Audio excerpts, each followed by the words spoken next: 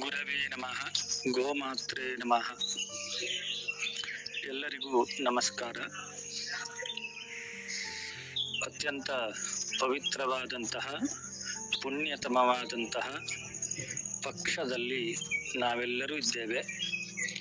ಭಾದ್ರಪದ ಮಾಸದ ಕೃಷ್ಣ ಪಕ್ಷವನ್ನ ವಿಶೇಷವಾಗಿ ಪಿತೃಪಕ್ಷ ಎನ್ನುವುದಾಗಿ ಶಾಸ್ತ್ರಗಳಲ್ಲಿ ಉಲ್ಲೇಖಿಸಿದ್ದಾರೆ. ಈ ಇಡೀ ಪಕ್ಷದಲ್ಲಿ ಪಿತೃಪ್ರೀತಿಗಾಗಿ ತರ್ಪಣ, ದಾನ ಇವುಗಳನ್ನೆಲ್ಲ ಮಾಡುವಂತಹ ಕಾರ್ಯವನ್ನ ನಮಗೆ ಉಪದೇಶ ಮಾಡಿದ್ದಾರೆ. ಮೊದಲೆಲ್ಲ 15 ದಿವಸಗಳ ಕಾಲವು ತರ್ಪಣವೋ ಪಿಂಡ ಪ್ರದಾನವೋ ಇಂತಹ ಕ್ರಿಯೆಗಳು ಈ ಪಕ್ಷದಲ್ಲಿ ನಡೀತಾ ಇತ್ತು. ಕಾಲಕ್ರಮೇಣ ಪಿತೃಪಕ್ಷದ ಆಚರಣೆ ಕೇವಲ ತಂದೆ ಅಥವಾ ತಾಯಿಯ ಮರಣ ತಿಥಿಯನ್ನ ಮಾತ್ರ ಆಶ್ರಯಿಸಿಕೊಂಡು ಪಿತೃಪಕ್ಷವನ್ನ ಆಚರಿಸುವಂತಹ ಪದ್ಧತಿ ಬಂತು. ಅಂದ್ರೆ 15 ದಿವಸದಲ್ಲಿ 1 ದಿವಸ ಮಾತ್ರ ಆಚರಣೆ ಮಾಡುವುದು ಅಂತ. ಕಾಲಕ್ರಮೇಣ ಹಾಗೆ ಮತ್ತೆ ಬೇರೆ ಬೇರೆಯ ಸನ್ನಿವೇಶದಲ್ಲಿ ನಾವೆಲ್ಲ ಇರುವಂತಹ ಸ್ಥಿತಿ ಇರೋದ್ರಿಂದ ಇವತ್ತಿನ ಕಾಲದಲ್ಲಿ 1 ದಿವಸ ಕೂಡ ಶ್ರಾದ್ದಾದಿಗಳನ್ನ ಪಿತೃಪಕ್ಷದಲ್ಲಿ ಮಾಡುವುದಕ್ಕೆ ಆಗದೇ ಇರುವವರು ಕೂಡ ಎಷ್ಟೋ ಜನರಿದ್ದಾರೆ. ಹಾಗಾಗಿ ಈ ಪುಣ್ಯತಮವಾದಂತಹ ಪಕ್ಷದಲ್ಲಿ ಪಿತೃಪ್ರೀತಿಗಾಗಿ ಅನೇಕ ವಿಧಾನದಿಂದ ಕೈಂಕರ್ಯಗಳನ್ನು ನಾವು ಸಲ್ಲಿಸಬಹುದು. ಅದರಲ್ಲಿ ಮುಖ್ಯವಾಗಿ ಗೋಸೇವೆಯನ್ನು ಮಾಡುವುದರ ಮೂಲಕ ಪಿತೃಪ್ರೀತಿಯನ್ನು ಕೂಡ ಸಂಪಾದಿಸಬಹುದು. ನಮಗೆ ಅಪರ ಕ್ರಿಯೆಯಲ್ಲಿ ಅಂದ್ರೆ ಅಂತ್ಯೇಷ್ಟಿ ಕ್ರಿಯೆಯಲ್ಲಿ ಎಲ್ಲ ಕಡೆಗೆ ಒಂದು ಮಾತು ಬರುತ್ತೆ. ಪಿತೃಗಳು ವೈತರಣಿ ನದಿಯನ್ನ ದಾಟುವಾಗ ಇಲ್ಲಿ ಗೋದಾನವನ್ನ ಮಾಡಬೇಕು ಅಂತ. ಗೋವಿನ ಬಾಲವನ್ನ ಹಿಡಿದುಕೊಂಡು ಆ ಭೀಕರವಾದಂತಹ ವೈತರಣಿ ನದಿಯನ್ನ ಪಿತೃಗಳು ದಾಟಿ ಹೋಗ್ತಾರೆ. ವೈತರಣಿ ನದಿಯನ್ನ ದಾಟಿ ಪಿತೃಲೋಕವನ್ನ ಸೇರಿಕೊಳ್ಳುತ್ತಾರೆ ಅಂತ. ಅದನ್ನೇ ನಾವು ನಂಬಿಕೊಂಡೇ ಗೋದಾನಾದಿಗಳನ್ನ ಅಂತ್ಯೇಷ್ಟಿ ಕರ್ಮಗಳಲ್ಲಿ ನಾವು ಮಾಡ್ತೇವೆ. ಹಾಗೆಯೇ ಈ ಪಿತೃಪಕ್ಷದಲ್ಲಿಯೂ ಕೂಡ ಯಾರೆಲ್ಲರಿಗೆ ಪಿತೃಕರ್ಮವನ್ನ ಆಚರಿಸುವುದಕ್ಕೆ ಸಾಧ್ಯ ಇಲ್ಲವೋ ಎಲ್ಲರೂ ತರ್ಪಣಾದಿಗಳನ್ನ ಮಾಡಬೇಕು.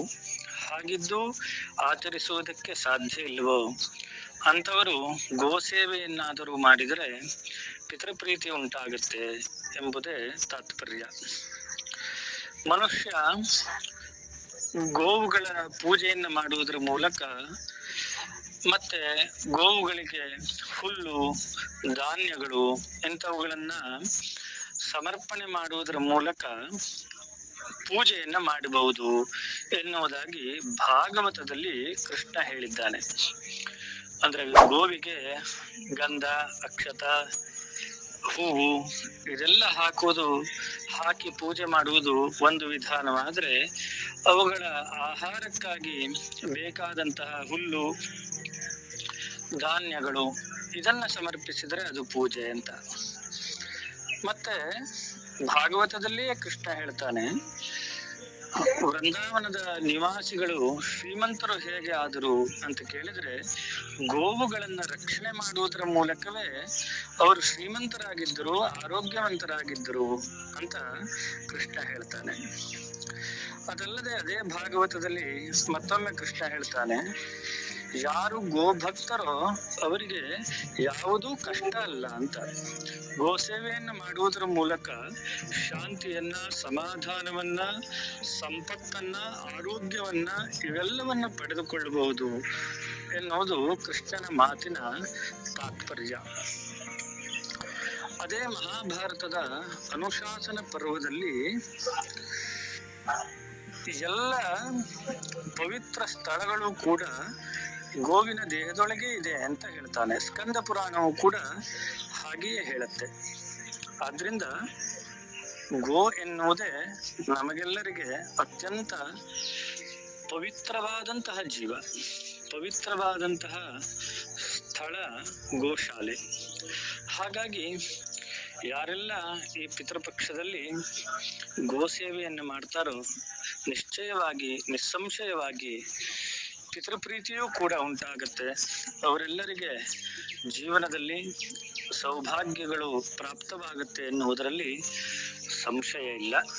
ಆದ್ದರಿಂದ ಯಾರೆಲ್ಲ ಧರ್ಮದಲ್ಲಿ ಶ್ರದ್ಧೆ ಇಟ್ಟವರಿದ್ದೀರೋ ಅವರೆಲ್ಲ ಸಾಧ್ಯವಾದಷ್ಟು ಮಟ್ಟಿಗೆ ಗೋಸೇವೆಯನ್ನು ಸಲ್ಲಿಸಿ ಪಿತೃಗಳ ಪ್ರೀತಿಯೂ ಉಂಟಾಗಲಿ, ನಿಮ್ಮ ಜೀವನವೂ ಕೂಡ ಸುಖಕರವಾಗಿರಲಿ, ಸಮೃದ್ಧವಾಗಿರಲಿ ಅಂತ ನಾವು ಹಾರೈಸ್ತೇವೆ. ನಮಸ್ಕಾರ.